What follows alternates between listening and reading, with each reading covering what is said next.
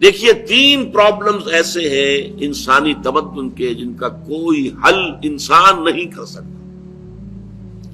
سب سے پہلا مسئلہ، سب سے پرانا مسئلہ، ابدی مسئلہ ہمیشہ سے ہے جب سے انسان ہے. عورت اور مرد کے حقوق و اختیارات میں کیا تقسیم ہونی چاہیے؟ آپ کو معلوم ہے افراط و تفریط. یا تو عورت کو ملکیت بنا دیا گیا، جیسے بھیڑ بکری جو ہے آپ کے کھوٹے سے باندھ رکھی ہے، ایسے ایک عورت بھی باندھی ہوئی ہے، وہ آپ کی ملکیت ہے، اس کے کوئی حقوق نہیں ہے، اس کا کوئی لیگل سٹیٹس نہیں، اس کا کوئی تشخص نہیں، کوئی ہے ہی نہیں. یا وہ انتہا ہوگی اور یا وہ انتہا ہے جو آج آ گئی ہے، بالکل مرد کے شانہ بشانہ. ساری تخلیقی مصلحتوں کو چھوڑا، ساری جو بھی انسان کی جو انیٹومیکل جو بھی ڈفرنسز ہیں ان کو چھوڑا، جو سائیکولوجیکل فرق ہے ان کی تخلیق میں اس کو بھی ایک جیسے برابر، نہیں قطعاً نہیں. ان دونوں کے درمیان کیا توازن ہے؟ یا وہ لونڈی بن گئی، بھیڑ بکری کی طرح کی ملکیت بن گئی، اس کا کوئی حق نہیں، اس کا کوئی لیگل سٹیٹس نہیں، اس کے والدین نے جہاں چاہا شادی کر دی، اس کی مرضی پوچھنے کا کوئی سوال ہی نہیں، جس کے چاہا حوالے کر دیا. وہ آج جو چل رہی ہے ونی کی رسم، وہ عورت کا کیا اختیار اس کے اندر، اس بچیوں کا کیا اختیار ہے؟ وہ 1.5 سال کی ایک بچی بھی دے دی گئی ہے. انا للہ و انا الیہ راجعون. جو چاہے کریں. یہ تو ایک انتہا ہے. دوسری انتہا بالکل برابر. نتیجہ کیا نکلا ہے بالکل برابر میں؟ خاندانی نظام برباد ہو گیا، اس لیے کہ ایک ادارے کے 2 سربراہ برابر اختیار والے نہیں ہو سکتے. کسی محکمے کے 2 ڈائریکٹر ہو سکتے ہیں، کسی فرم کے مینیجنگ ڈائریکٹر 2 ہو سکتے ہیں. ڈائریکٹر 10 بنا لیں آپ، مینیجنگ ڈائریکٹر 1 ہوگا. کسی فرم کا چیئرمین 1 ہوگا، 2 نہیں ہو سکتے کسی بھی ادارے کی. اگر 2 بنا دیں گے فساد ہوگا، جھگڑا ہوگا، ان دونوں کے درمیان رسا کشی ہوگی. یہی تو ہمارا سب سے بڑا مسئلہ بنا ہوا ہے. پاکستان کا مسئلہ کیا ہے؟ ہم نے پارلیمانی نظام اختیار کیا ہوا ہے، انتہائی بیہودہ نظام، غیر منطقی نظام. آپ نے 2 بڑی بڑی سیٹس کریٹ کر لی، ایک ہیڈ آف دی اسٹیٹ ہے، ایک ہیڈ آف دی گورنمنٹ ہے. اب ان دونوں کے درمیان حقوق اور فرائض اور اختیارات کا کیا تقسیم ہوگی؟ ہو ہی نہیں سکتی. یا سارا کچھ صدر کے پاس جائے گا اور وزیر اعظم جو ہے وہ جونیجو کی مانند وزیر اعظم بن جائے گا، یا سارا کچھ وزیر اعظم کے ہاتھ میں ہوگا اور صدر جو ہے چودھری فضل الہی بن جائے گا، کہ جس کو وہاں ان کی دیواروں پر لکھا گیا تھا رہا کرو انہیں، چودھری فضل الہی کو رہا کرو. یہی ہوگا.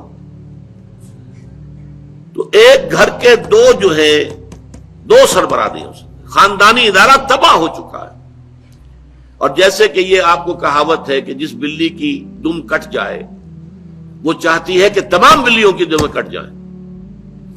یورپ میں، امریکہ میں برباد ہو گیا خاندانی ادارہ. آج وہ تلے ہوئے ہیں کہ مشرق میں اور خاص طور پر مسلمان ممالک میں ابھی اگر کچھ انٹیکٹ ہے یہ خاندانی ادارہ، کچھ خاندانی اقدار ہیں جو برقرار ہیں، کچھ والدین کی عزت اور عظمت اور کچھ ان کا احترام اور ادب اور خدمت کا مادہ ہے جو برقرار ہے. چاہتے ہیں کہ ختم ہو جائے، تباہ و برباد ہو جائے. والدین بوڑھے ہو گئے تو پھینکو ان کو اولڈ ایج ہاؤسز کے اندر، اولڈ ہاؤسز میں. گھر میں کائے کو رکھنا ہے؟ نوجوان جوڑا ہے، اس کے خامخواہ ان کی خواہشات اور ان کے معمولات میں بیچ میں آڑے آنا.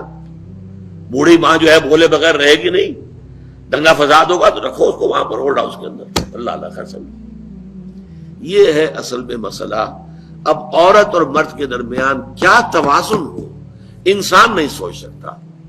دیکھیے انسان یا مرد ہوگا یا عورت ہوگی.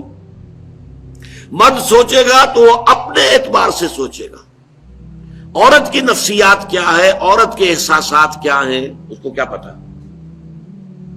عورت سوچے گی تو اپنے اعتبار سے سوچے گی. مرد کے احساسات کیا ہوتے ہیں، مرد کی نفسیات کیا ہوتی ہیں، اسے کیا پتا.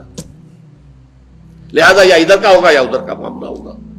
ایک ہی ذات دے سکتی ہے آپ کو نظام، جو مرد کی بھی خالق ہے عورت کی بھی خالق ہے. اسی نے بنایا دونوں کو، اور دونوں ہی اس کے لیے اولاد کے مانند ہیں. یہ حدیث نبوی کا ترجمہ کر کے بتا رہا ہوں آپ کو.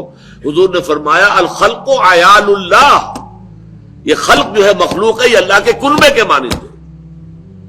تو مرد بھی اللہ کے اس کنبے میں شامل ہے، عورتیں بھی شامل ہے. اس نے نظام دیا، شادی بیاہ کے یہ قوانین ہونے چاہیے، طلاق وغیرہ کا یہ مسئلہ ہونا چاہیے.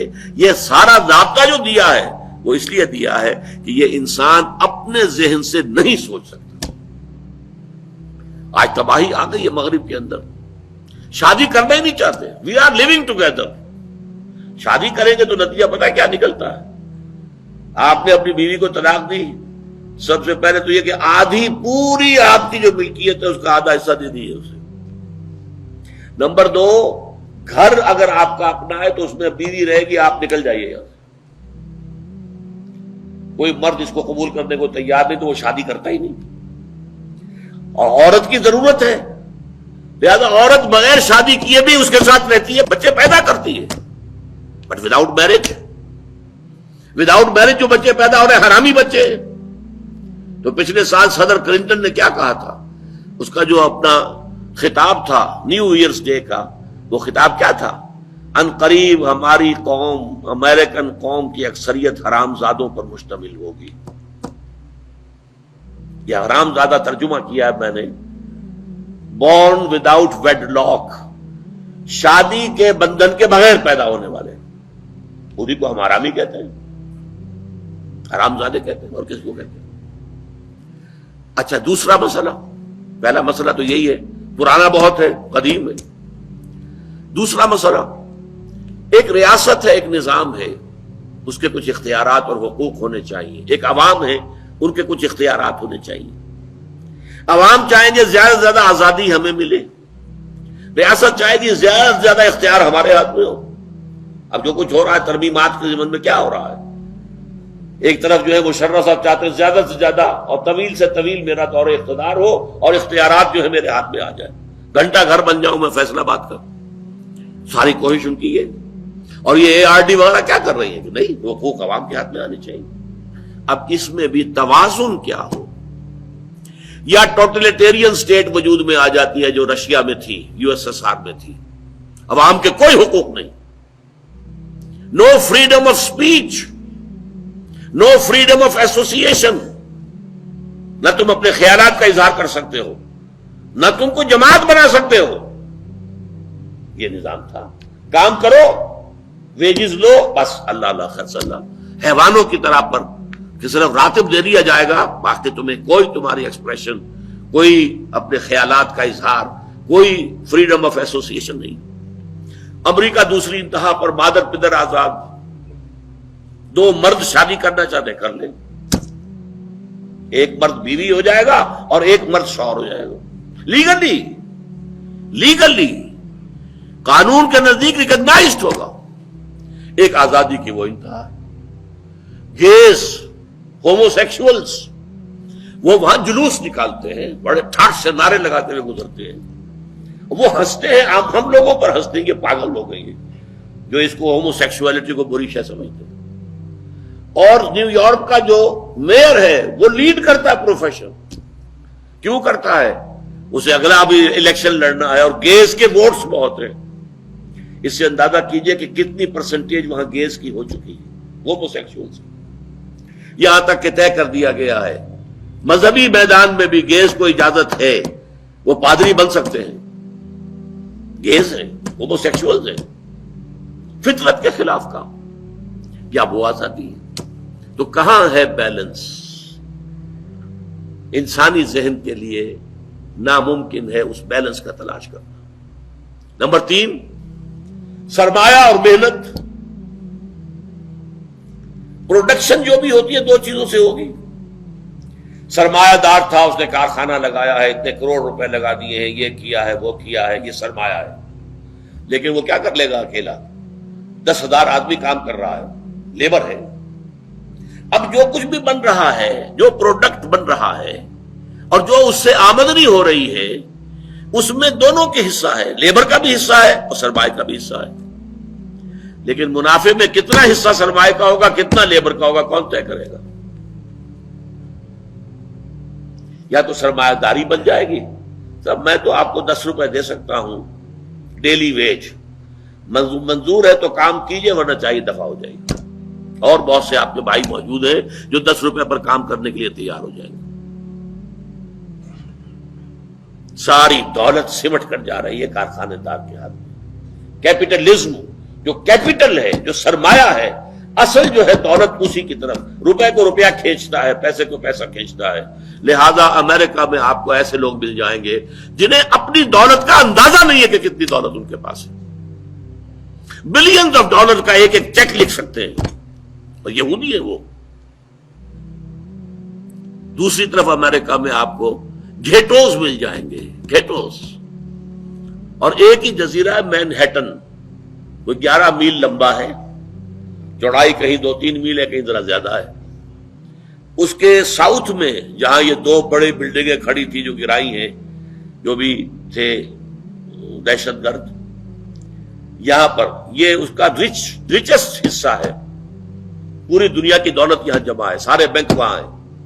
اور اسی جزیرے کے شمالی علاقے کے اندر گھیٹوز ہیں، افرو امریکنز، کالے امریکی، یوں سمجھیے کہ سب ہیومن لیول پر رہ رہے ہیں، حیوانوں کی طرح زندگی گزار رہے ہیں۔ یہ ڈسپیرٹی نظر آ جائے، تو اب عدل و انصاف کی کیا شکل ہو؟ یا وہ ہے جو رشیا میں اور USSR میں تھا، یا یہ ہے جو امریکہ میں اور اس کے الائز کے اندر ہے۔ یہ ہے وہ مسئلہ جہاں انسان ہاتھ جوڑ کر، گھٹنے ٹیک کر اللہ سے دعا کرنے پر مجبور ہے، اے اللہ تو نے مجھے فطرت سلیمہ بخشی، اے اللہ تو نے مجھے عقل سلیم سے نوازا، اے اللہ میں نے تجھے پہچان لیا کہ کل شکر اور کل ثنا کا مستحق تو ہی ہے، اے اللہ میں نے تجھے پہچان لیا کہ تو تمام جہانوں کا پروردگار اور مالک ہے، اے اللہ میں نے تجھے پہچان لیا جزا و سزا کے دن کا مالک و مختار مطلق تو ہے، اے اللہ میں نے طے کر لیا ہے تیری ہی بندگی کرتا ہوں اور کروں گا، اور تو ہی سے مدد چاہتا رہوں گا، لیکن اے اللہ میں مجبور ہوں، میری عقل جو ہے میرا ساتھ نہیں دیتی، کروں کیا، چلوں کس راستے پر، کون سے راستے پر؟ یہ عملی حصہ ہے دین کا، وہ سارا تھا فکری، نظری، ایمانی حصہ، الحمدللہ رب العالمین الرحمن الرحیم مالک یوم الدین، یہ کیا ہے؟ یہ ایمانی، فکری، نظریاتی حصہ ہے۔ عملی حصہ کیا؟ اہدنا الصراط المستقیم، ہمیں سیدھے راستے کی ہدایت بخش، صراط الذین انعمت علیہم، راستہ ان کا جن پر تیرا انعام ہوا، تیرے پسندیدہ بندے جو ہوئے،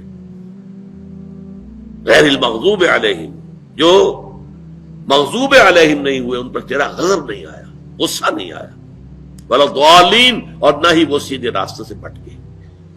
یہ ہے سورہ فاتحہ کا مقام، گویا کہ اصل میں یہاں پر قرآن مجید، اس کے اصل مخاطب کون ہے؟ وہ سلیم الفطرت لوگ، وہ سلیم العقل لوگ، جنہیں قرآن کہیں کہتا ہے الذین یعقلون، کہیں کہتا ہے الذین یفقہون، کہیں کہتا ہے اولو الالباب، ہوش مند لوگ۔ یہ وہ لوگ ہیں کہ قرآن مجید اصل میں ان سے مخاطب ہے، اور وہ خود سفر طے کر کے اللہ کی ذات تک، معرفت خداوندی تک تو پہنچ گئے ہیں، لیکن اب عملی زندگی کے اندر رہنمائی کے لیے درخواست کر رہے ہیں، اہدنا الصراط المستقیم صراط الذین انعمت علیہم غیر المغضوب علیہم ولا الضالین۔ یہی وجہ ہے کہ فوراً سورہ بقرہ شروع ہوتی ہے، الف لام میم ذالک الکتاب لا ریب فیہ ھدی للمتقین، یہ ہدایت ہم تمہیں دے رہے ہیں۔ یہ قرآن جواب ہے اس دعا کا، اہدنا الصراط المستقیم